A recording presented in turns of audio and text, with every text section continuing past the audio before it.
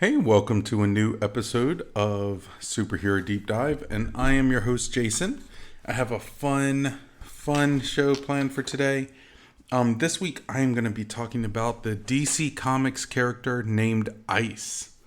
So yeah, it'll be good.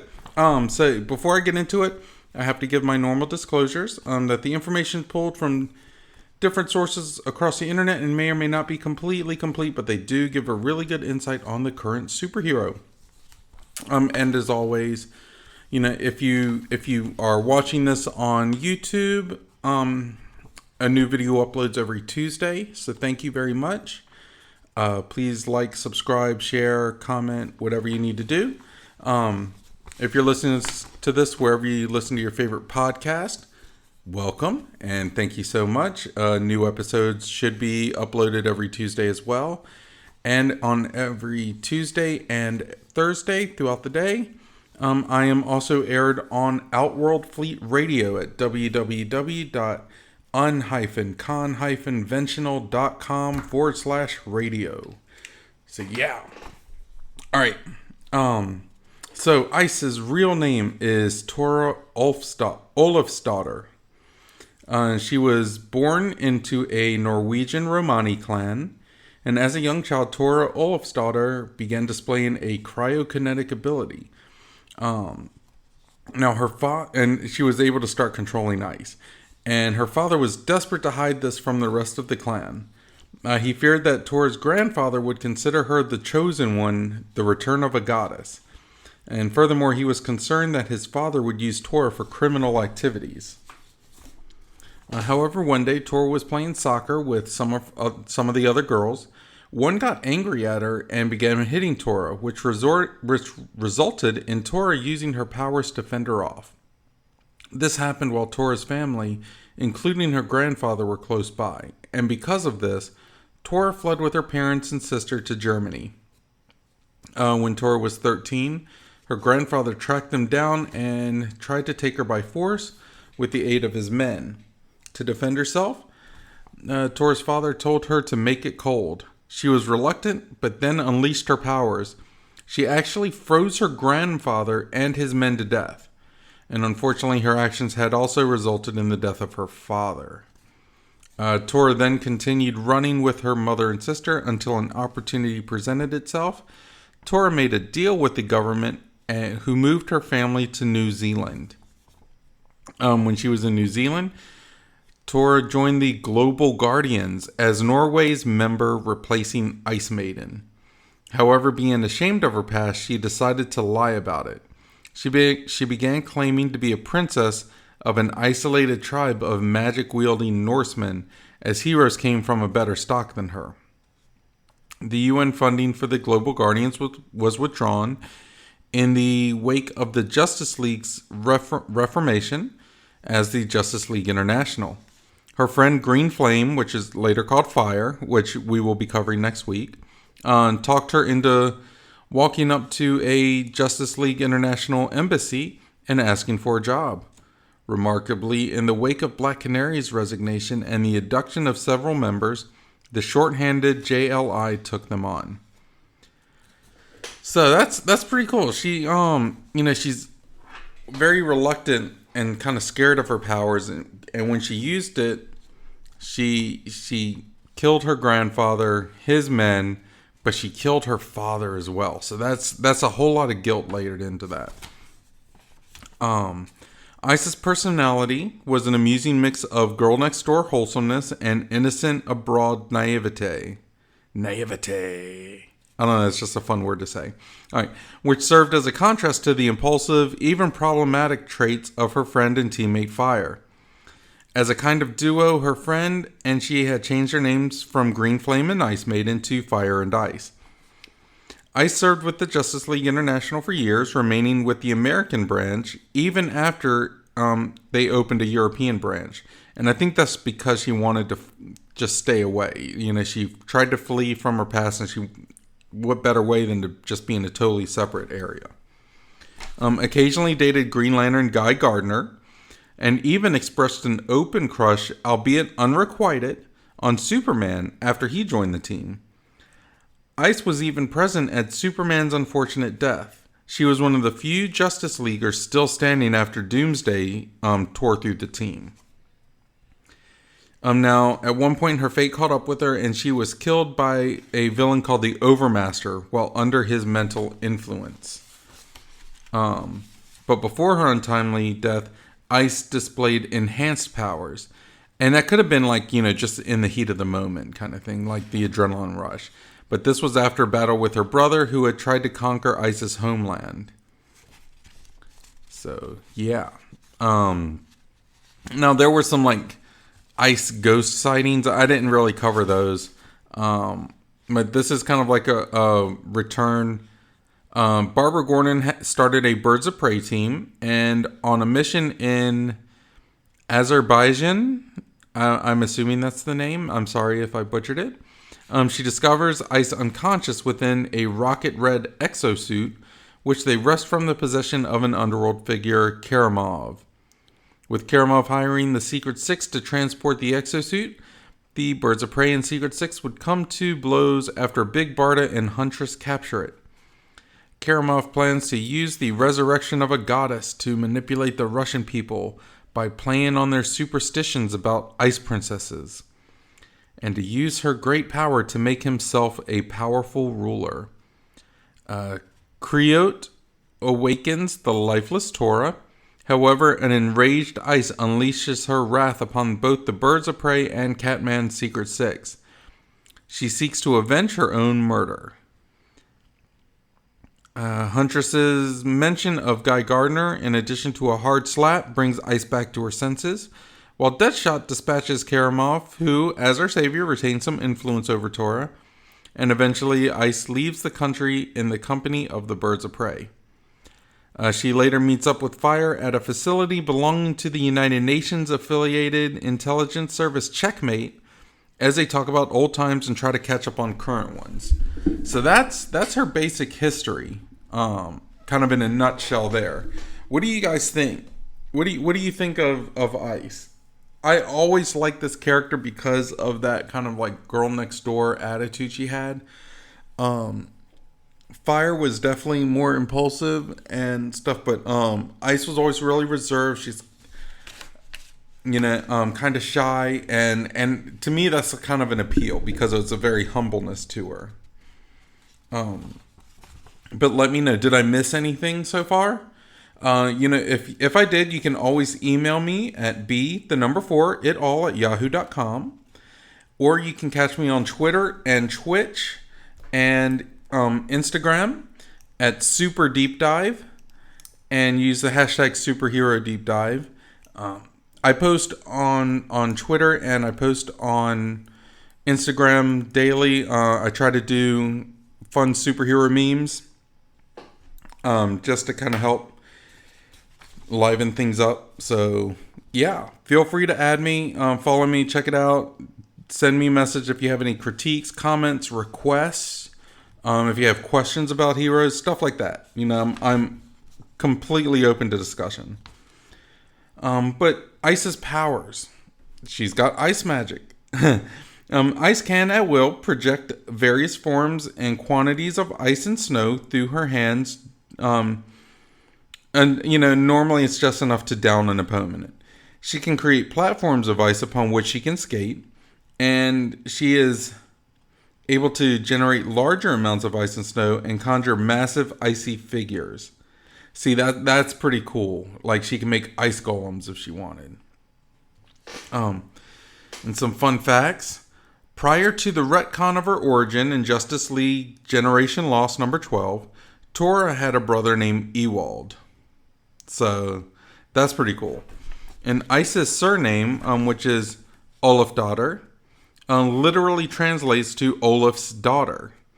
Her father was originally King Olaf, and in Justice League Generation Lost number 12, it was changed to Marius with no explanation for the surname.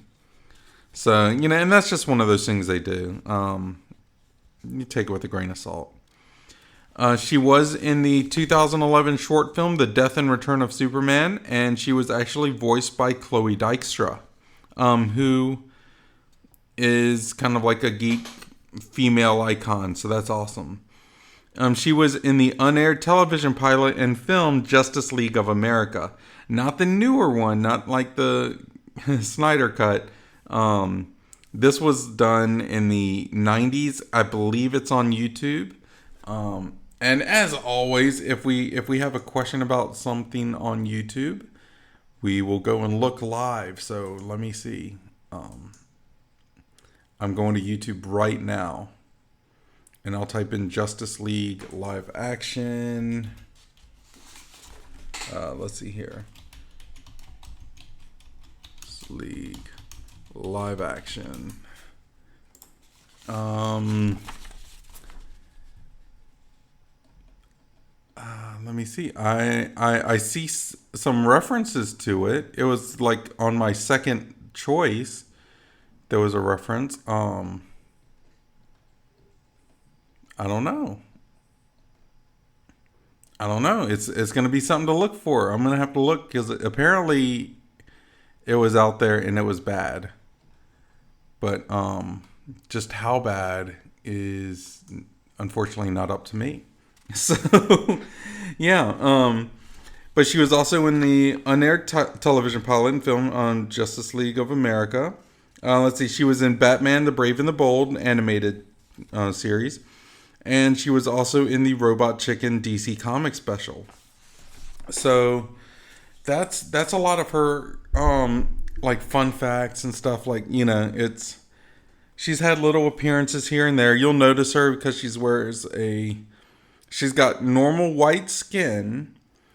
So she's not like in the anime, some of the anime series where there's a blue skinned ice person. That's Killer Frost. That's totally different in name and stuff. But she's got white hair. She normally wears like a light blue and white outfit. And if you're watching this on YouTube, you'll be able to see pictures of her. Just look up Superhero Deep Dive. And like I said, that shows a new episode gets uploaded every Tuesday. So yeah. But now we're going to come up to my favorite part, and that's the power expansion. Once again, before I get into it, if you guys have any questions, comments, concerns, critiques, I have plenty of ways to reach out to me. You can follow me on Instagram at superdeepdive. I'm on Twitch and Twitter at superdeepdive as well. And use the hashtag superherodeepdive. I've started adding superhero memes to the account, so it just makes it a little bit more fun. My DMs are always open. You can always leave a comment on YouTube. I am always willing to hear what you guys have to say. If you have ideas for upcoming shows, I am all ears because I want to do what you guys want. So, yeah. Give me a follow, give me a listen, and leave me some love. I could use it. But power expansions, this is the part where I kind of go in and say, like, you know, would this character make a good TV show? Would they do a good movie? Could they use a new comic series? Could they, you know, like, how could we work on this character and give it some more love, some more attention? Could their powers develop anymore? You know, stuff like that.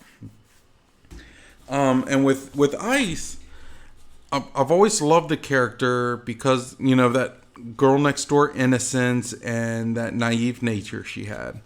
It was always refreshing to see that in a world of heroes and villains, you know. So for Ice, I'd love to see her team up with Fire, like I said, who I'll be covering next week, and have them do a series together, like an Amazon Prime or HBO Max series or Netflix series, you know, stuff like that, like just 10, 12 episodes. You know, like Fire was always a bit more outgoing and headstrong, while Ice was a little bit more reserved. So I think the pairing would translate great on screen.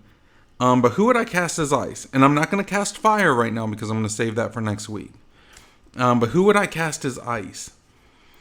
And that one was actually pretty hard because you want someone that could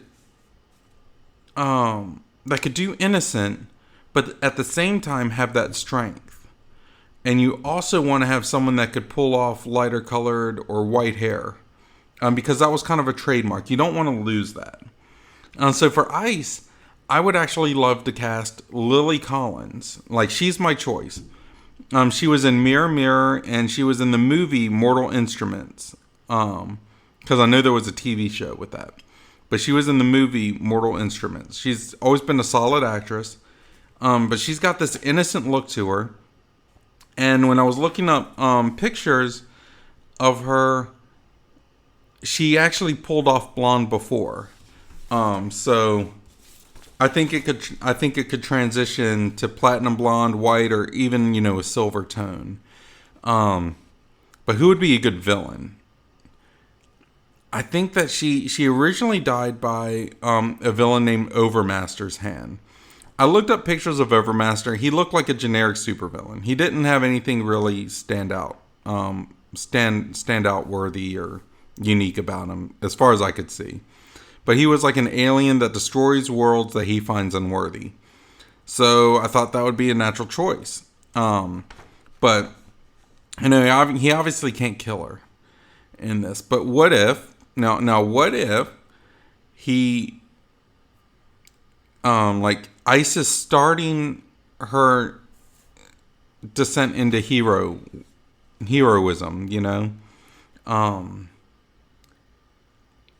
She runs into him, and he beats her. Like, he beats the ever-loving tar out of her, basically within an inch of her life. But she survives. Maybe fire comes in and helps, and and that's how they meet or something. We can do individual stories where they're kind of doing their own thing, and they meet up, trying to take this guy down. She gets beaten within an inch of her life. So it almost matches the comic, where she dies at his hand, but this time she survives.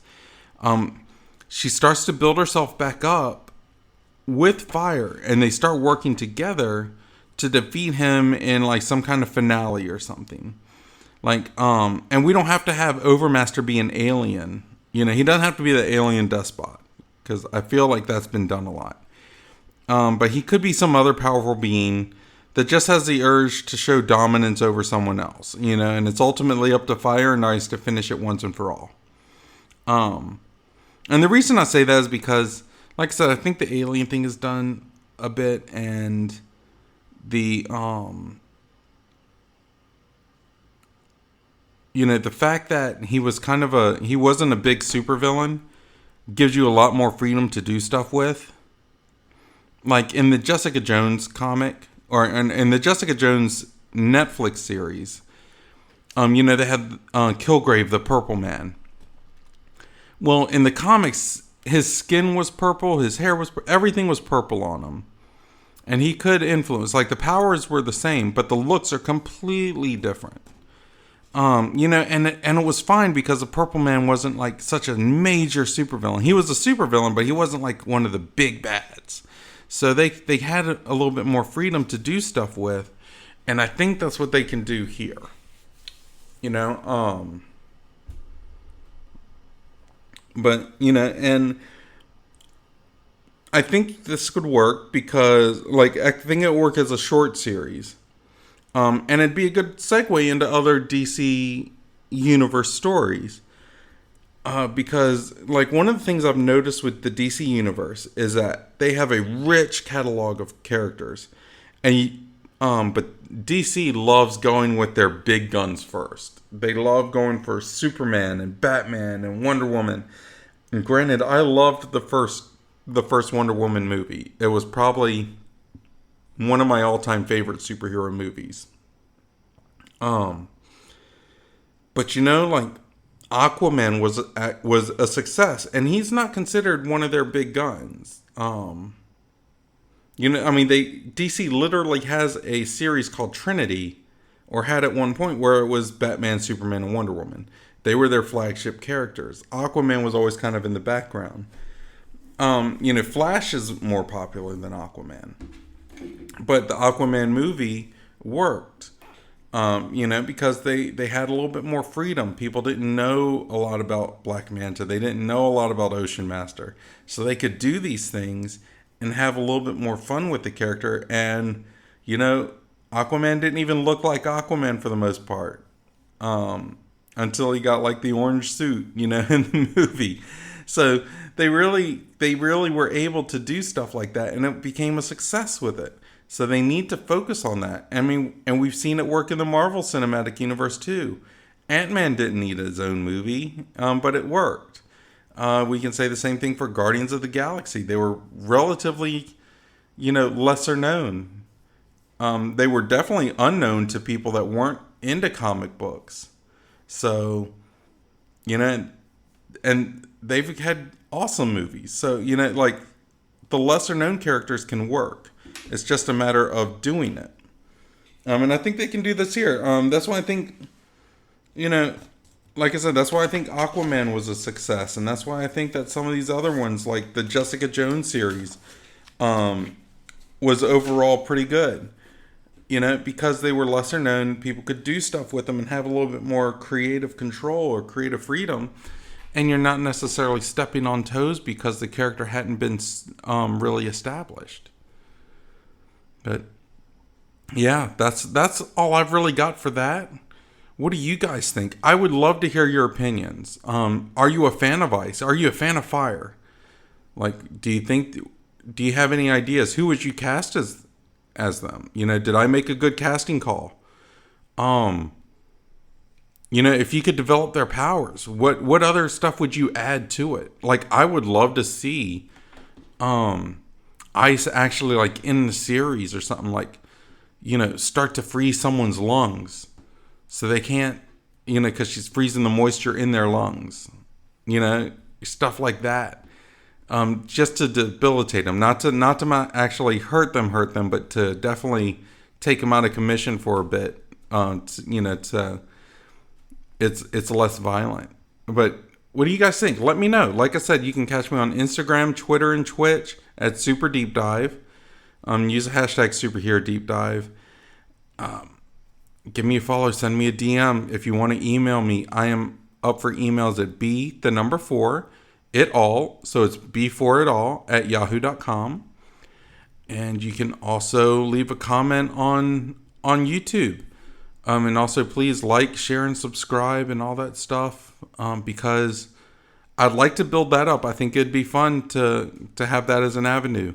And sometime soon, I am going to try to have a live stream on Twitch. And try to take requests and do stuff like that. So I would absolutely love some interaction. But in the meantime, everyone, be happy, be safe, be blessed, be smart. And if you're not smart, don't get caught. All right, guys, I will catch you later. Bye-bye.